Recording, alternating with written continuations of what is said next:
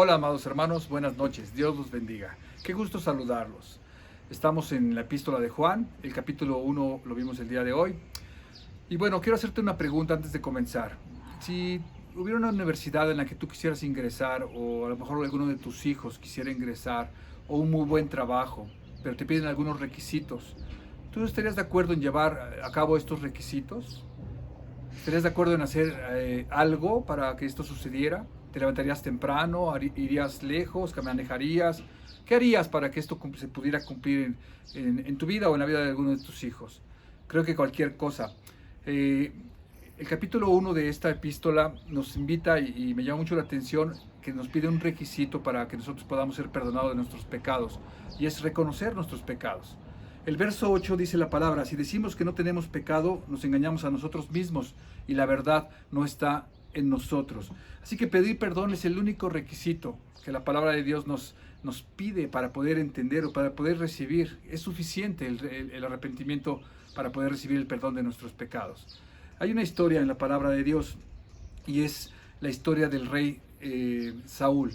Este rey, Dios le pidió que acabara con Amalek, pero él no obedeció esta orden, sino que sacó excusas.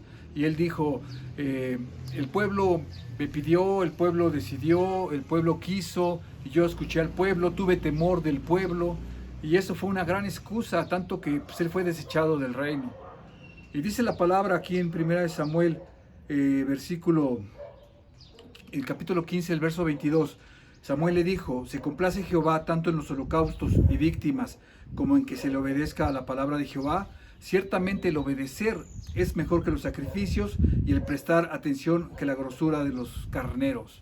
Obedecer a la voluntad de Dios es la vida cristiana. Obedecer la voluntad de Dios es algo que tú y yo debemos tener como prioridad en nuestras vidas. El perdón de nuestros pecados es un hecho, amados hermanos. En el Salmo 32, 1:3 nos da la promesa a Dios de perdonar nuestros pecados. Y dice la palabra: bienaventurado aquel cuya transgresión ha sido perdonada y cubierto su pecado. Bienaventurado el hombre a quien Jehová no inculpa y en cuyo espíritu no hay engaño. Luego dice el verso 3: mientras callé, se envejecieron mis huesos en mi gemir todo el día.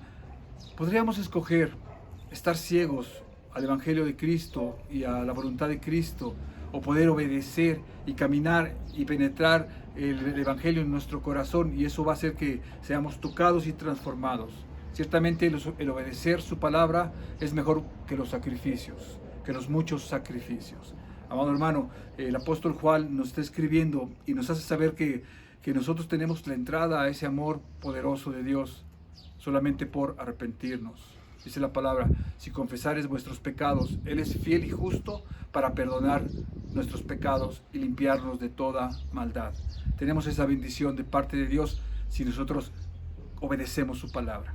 Y en este momento nos está pidiendo que confesemos, que declaremos si hay pecado en nuestras vidas. Amado, Dios te bendiga. Te doy gracias por estar estudiando, por estar siguiendo, por estar profundizando, esforzándote en la palabra de Dios. Continúa así.